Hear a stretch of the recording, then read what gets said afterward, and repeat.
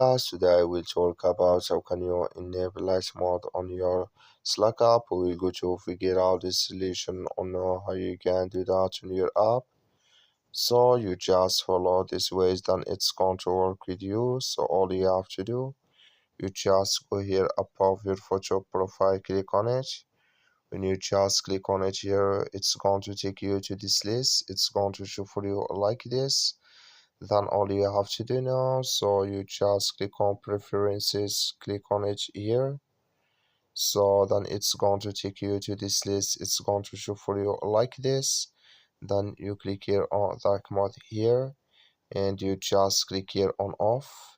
So then automatically here it's going to change with you to light mode like you see now. So that's all you have to do. That's all to change it to light mode. Thank you for watching. Don't forget to support us by liking and subscribe.